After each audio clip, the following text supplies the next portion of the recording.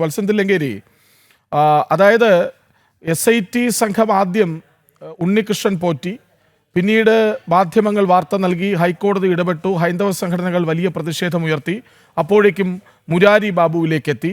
അവിടെ അത് അവസാനിപ്പിക്കും, ഈ രണ്ടു പേരിൽ മാത്രം ചുറ്റിക്കറങ്ങുന്നു എന്ന് തോന്നിപ്പിച്ചു, അന്വേഷണം വൈകിപ്പിക്കുന്നു എന്ന് തോന്നിപ്പിച്ചു.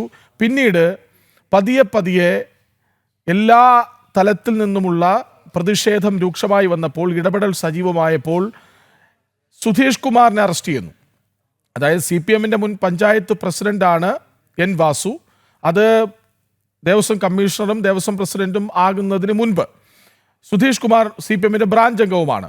ഈ സുധീഷ് കുമാറിലൂടെ N. വാസുവിൽ എത്തിച്ചേരുമെന്ന് ഞങ്ങൾ ഇന്നലെ രാവിലെ മുതൽ വാർത്ത നൽകിയിരുന്നു. ഇന്നലത്തെ ചർച്ച പോലും ആ വിഷയത്തെ ആസ്പദമാക്കിയായിരുന്നു.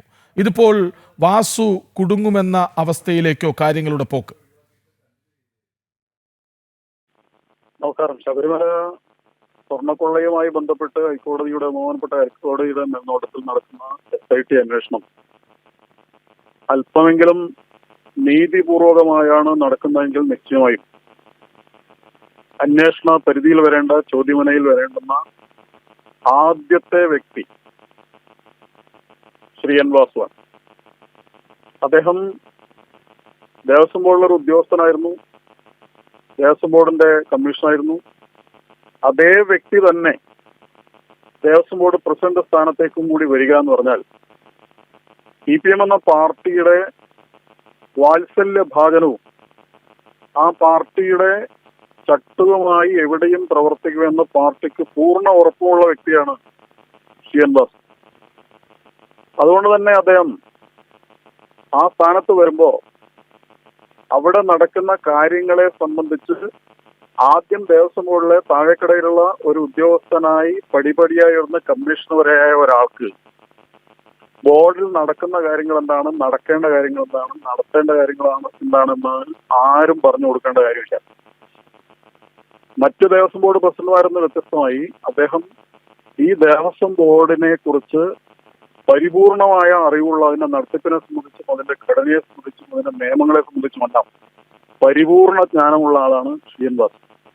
അതുകൊണ്ട് തന്നെ അദ്ദേഹം ഉദ്യോഗസ്ഥനായിരിക്കുന്ന സമയത്താണെങ്കിലും അദ്ദേഹം പ്രസിഡന്റായിരിക്കുന്ന സമയത്താണെങ്കിലും അവിടെ നടക്കുന്ന മുഴുവൻ കാര്യങ്ങളും അദ്ദേഹത്തിന്റെ അറിവില്ലാതെ നടക്കില്ല എന്നുള്ളത് സാമാന്യ ബുദ്ധിയുള്ള എല്ലാവർക്കും അറിയാവുന്ന കാര്യമാണ്. നിശ്ചയമായും അത് തടയാൻ വേണ്ടിയിട്ടുള്ള ശ്രമങ്ങളൊക്കെ ധാരാളമായിട്ടുണ്ടായിരുന്നു. കാരണം ശ്രീ N. വാസുവിലേക്ക് പോവുക അന്വേഷണം എന്ന് പറഞ്ഞു കഴിഞ്ഞാൽ അത് പാർട്ടിയെ നേരിട്ട് ബാധിക്കുന്നതാണെന്ന് എല്ലാവർക്കും അറിയാവുന്ന കാര്യമാണ്. പക്ഷെ അതിപ്പോ നിർബന്ധിതമായി ആ അന്വേഷണത്തിലേക്ക് എത്തുകയാണ്, ശ്രീ N. വാസുവിലേക്ക് അന്വേഷണം എത്തുകയാണ്. അവിടെ നിൽക്കില്ല, കാര്യങ്ങൾ അവിടെ നിൽക്കില്ല. കാരണം പിന്നീട് വന്ന ഭരണസമിതികൾക്കും ദേവസ്വം ബോർഡുകൾക്കും ദേവസ്വം ബോർഡ് അംഗങ്ങൾക്കും പ്രസിഡന്റിനും ഒക്കെ അതിൽ ഉത്തരവാദിത്വമുണ്ട് എന്ന് മാത്രമല്ല, ഈ രാഷ്ട്രീയ നിയമനങ്ങളെല്ലാം നടത്തിയ CPMനും ഈ ഉത്തരവാദിത്വത്തിൽ നിന്ന് ഒഴിഞ്ഞു മാറാൻ സാധ്യമല്ല. ഇപ്പോ അതായത് 2 വട്ടം കുളക്കട പഞ്ചായത്ത് പ്രസിഡന്റ് ആകുന്നു, പിന്നീട് ദേവസ്വം കമ്മീഷണർ ആകുന്നു, അവിടെ നിന്ന് ഇറങ്ങി അധികം വൈകാതെ ദേവസ്വം പ്രസിഡന്റ് ആകുന്നു. ഇങ്ങനെ ഉത്തരവാദിത്വങ്ങൾ ഏൽപ്പിച്ചേ തീരൂ എന്ന അവസ്ഥയിൽ N. വാസു മാറുന്നുവെങ്കിൽ അതിന് പിന്നിൽ കൃത്യമായ കാരണങ്ങൾ ഉണ്ടാവില്ലേ? നിശ്ചയമായിട്ടും അത് തന്നെയാണ് പറഞ്ഞത്. അതായത് CPMന്റെ ഉന്നത നേതാക്കളുടെ ഇംഗിതം നടപ്പാക്കുന്ന, അവരുടെ മനസ്സിൽ എന്താണ് എന്ന് കണ്ട് അതിനനുസരിച്ച് പ്രവർത്തിക്കുന്ന ആളാണ് വാസു എന്നുള്ളത് കൊണ്ടാണ് അദ്ദേഹത്തെ കമ്മീഷണറാക്കിയതും ചരിത്രത്തിൽ ഇന്ന് വരെ ഇല്ലാത്ത രീതിയിൽ കമ്മീഷനായ ഒരാളെ പിന്നീട് ദേവസ്വം ബോർഡ് പ്രസിഡന്റ് ആക്കുന്നത്. അപ്പൊ അതുകൊണ്ട് തന്നെ ഉദ്യോഗസ്ഥനായിരിക്കുന്ന സമയത്ത് തന്നെ പാർട്ടിയുടെ താല്പര്യങ്ങൾ ദേവസ്വം ബോർഡ് മുഖാന്തരം സംരക്ഷിക്കുന്ന, ദേവസ്വം ബോർഡിൽ നിന്നുകൊണ്ട് സംരക്ഷിക്കുന്ന ആള് തന്നെയാണ് അദ്ദേഹം.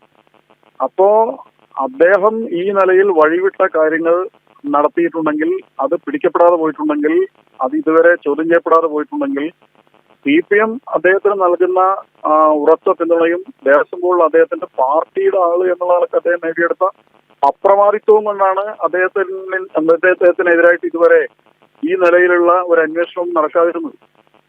അറിയുന്ന ആളുകൾ തന്നെ എന്തുകൊണ്ടാണ് ഇത് പുറത്തു പറയാത്തത്? ഉദ്യോഗസ്ഥന്മാർക്കൊക്കെ ബാക്കിയുള്ളവർക്കൊക്കെ ധാരാളം അറിയാലോ. ഭയന്നിട്ടാണ്. ആരെ ഭയന്നിട്ടാണ്?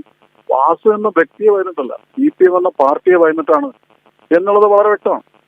അപ്പൊ അതുകൊണ്ട് പാർട്ടി നേരിട്ട് ഉത്തരവാദിത്വം ഏറ്റെടുക്കേണ്ടുന്ന ഒരു വലിയ കൊള്ളയാണ് ശബരിമലയിൽ നടന്നത് എന്ന് വ്യക്തമാവുകയാണ്. പാർട്ടിയുടെ ഏറ്റവും പ്രിയപ്പെട്ടവരാണ്, പാർട്ടി നിയോഗിച്ച ആളുകൾ തന്നെയാണ് ഈ കാര്യങ്ങളെല്ലാം ചെയ്തിരിക്കുന്നത്. ഇനിയുള്ള അന്വേഷണം വരുന്ന സമയത്തും അന്വേഷണം ശരിയായ രീതിയിലാണ് നീങ്ങുന്നതെങ്കിൽ, അട്ടിമറിക്കപ്പെടുന്നില്ലെങ്കിൽ ഇതിലും വലിയ ആളുകൾ ഈ അന്വേഷണത്തിന്റെ പരിധിയിൽ വരാനുണ്ട്. അവരും കൂടി വരുന്നതോടുകൂടി CPM-ന്റെ മുഖം നഷ്ടപ്പെടും എന്ന കാര്യത്തിൽ യാതൊരു സംശയമില്ല. അവിശ്വാസികൾ ദേവസ്വം ബോർഡിൽ കയറിക്കൂടി നടത്തുന്ന വിശ്വാസത്തെ ഹനിക്കുന്ന ഇതുപോലുള്ള കൊള്ള അവസാനിച്ചേ പറ്റൂ. ഇനി ഇത് ആവർത്തിക്കപ്പെട്ടുകൂടാ. അതുകൊണ്ട് ശരിയായ രീതിയിലുള്ള അന്വേഷണം നടക്കണം. ശരി, ശ്രീ വത്സൻ തില്ലങ്കേരി, ഈ UB ഗ്രൂപ്പ് സ്വർണം പൂശിയതിന് തെളിവുണ്ടായിരുന്നു. ആ രേഖകൾ SITക്ക് കൈമാറാൻ ആദ്യഘട്ടത്തിൽ ദേവസ്വം ബോർഡ് തയ്യാറായിരുന്നില്ല, പിന്നീട് കൊടുക്കേണ്ടി വന്നു. അപ്പോൾ എന്തിനത് പിടിച്ചുവെച്ചു? ഈ SIT സംഘത്തിൽ ദേവസ്വം വിജിലൻസിലെ 2 ഉദ്യോഗസ്ഥരെ ആദ്യം ചേർത്തിരുന്നു, പിന്നീട് പ്രതിഷേധങ്ങൾ വന്നപ്പോഴാണ് ഒഴിവാക്കിയത്.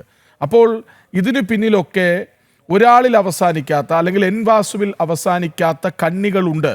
അത് ഈ പുതിയ ദേവസ്വം ബോർഡ് അടക്കം എന്ന നിലയിലേക്ക് കൂടി നമ്മൾ ഈ വിഷയത്തെ കാണണ്ടേ?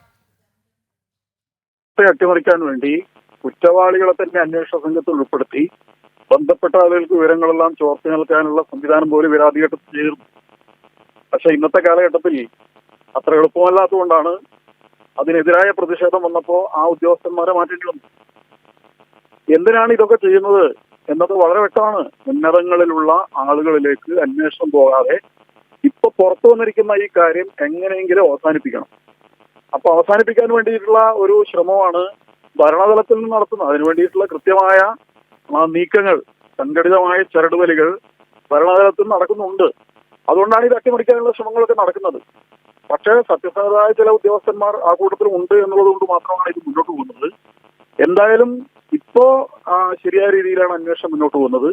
പക്ഷേ ഏത് സമയത്തും ഇത് അട്ടിമറിക്കപ്പെടാം എന്ന ആശങ്ക ഭക്തജന സമൂഹത്തിനും പൊതുസമൂഹത്തിനും. പക്ഷേ ശ്രീ വത്സൻ തില്ലങ്കേരി, ഈ ഭാഗിക കുറ്റപത്രം വളരെ നേരത്തെ സമർപ്പിക്കാനുള്ള ശ്രമത്തിലാണ് SIT സംഘം എന്ന് മനസ്സിലാക്കുന്നു. നമ്മൾ ഇന്നലെ അങ്ങനെ ഒരു വാർത്ത നൽകിയിരുന്നതാണ്. അങ്ങനെ ഒരു നീക്കമുണ്ട്, ഭാഗികമായി കുറ്റപത്രം സമർപ്പിക്കുക, അതിൽ ഉണ്ണികൃഷ്ണൻ പോറ്റി, മുരാരി ബാബു തുടങ്ങിയ പേരുകൾ മാത്രം വെച്ച് അവസാനിപ്പിക്കുക. അതിന് പിന്നിൽ ആരെയെങ്കിലും രക്ഷിക്കാനുള്ള ഒരു നീക്കം ഉണ്ടോ എന്ന് സംശയിക്കണം. പുറകിൽ 2 കാര്യങ്ങളുണ്ട്. അതിലൊന്ന്, കുറ്റപത്രം സമർപ്പിക്കപ്പെട്ട് കഴിഞ്ഞാൽ അധികകാലം കോടതിക്ക് ജാമ്യം നിഷേധിക്കാൻ സാധ്യമല്ല. ഒരു 90 ദിവസമൊക്കെ ആകുമ്പോഴത്തേക്ക് അവർക്ക് പുറത്തിറങ്ങാൻ സാധിക്കും.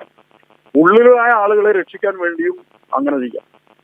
പെട്ടെന്ന് കുറ്റപത്രം സമർപ്പിച്ചുകൊണ്ട് ഈ അധ്യായം ക്ലോസ് ചെയ്യാൻ വേണ്ടിയിട്ടുള്ള നീക്കവും അതിന് പുറകിലുണ്ടാവും. അപ്പോൾ ആളുകളുടെ ശ്രദ്ധ മാറും. ഇപ്പൊ എന്തുകൊണ്ടാണ് മുന്നോട്ട് വന്നത്?